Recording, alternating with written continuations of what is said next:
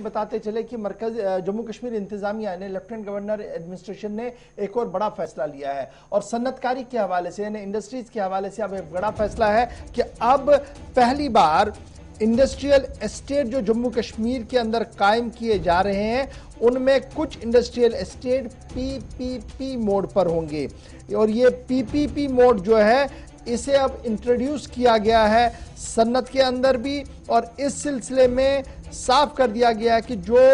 Public partnership के तहत private partnership के तहत इंडस्ट्रियल एस्टेट को में आना चाहता है तो उनकी एप्लीकेशन जो है वो अपने डिटेल प्रोजेक्ट रिपोर्ट जो है वो ऑनलाइन सबमिट कर सकते हैं और सरकार इसको देखेगी। यूटी एडमिनिस्ट्रेशन ने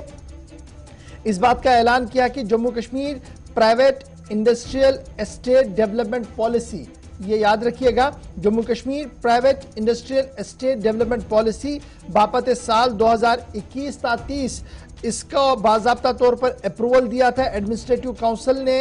अगस्त 14, 2021 को और अब बाज़ाब्ता तौर पर पीपीपी मोड पर ये पार्क्स जो हैं वो एस्टैब्लिश की जाएंगी और इस सिलसिले में ख्वाहिशमंद हजरात जो हैं वो ऑनलाइन अपना पूरा मॉडल जो है वो सरकार के सामने रखेंगे, इंतजामिया के सामने रखेंगे, जिसके बाद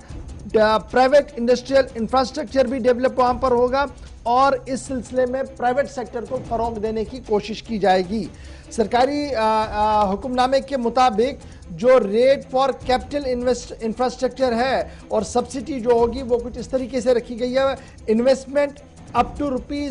₹25 करोड़ यानी 25 करोड़ रुपए तक जो आपकी इन्वेस्टमेंट होगी उसमें 20 से 30% आपको मैक्सिमम मिलेगा जी और उसके बाद जब 5 करोड़ आपका होगा तो उसमें 5 से 7.5 करोड़ रुपए तक होगा जोन ए और जोन बी के अंदर, इसमें आपको सब्सिडी मिलेगा और कैपिटल इंफ्रास्ट्रक्चर के हवाले से ये बात कही गई है। और जब इन्वेस्टमेंट आपकी 25 करोड़ से ऊपर होगी तो उसमें 20% कॉस्ट जो होगा आपका जो मिनिमम सब्सिडी होगी वो दी जाएगी। 5 करोड़ रुपए पर भी इसी तरीके से रखी गई है और यहाँ पर भी मुख्तलिफ जोनों के अंदर मुख्तलिफ सब्सिडी देने की बात, यानी कुल मिलाकर जब आप इस पूरे प्रोफाइल को देखेंगे, इस पूरी खबर को देखेंगे तो ये एक नया चैप्टर होगा कि प्राइवेट पार्टनरशिप पर अब इंडस्ट्री के अंदर भी काम करने की कोशिश की जाएगी। आपको याद होगा कि चंद अस्पतालों के अंदर इसी पीपीपी मोड पर कुछ तकनीकी इदारे कायम किए गए, कुछ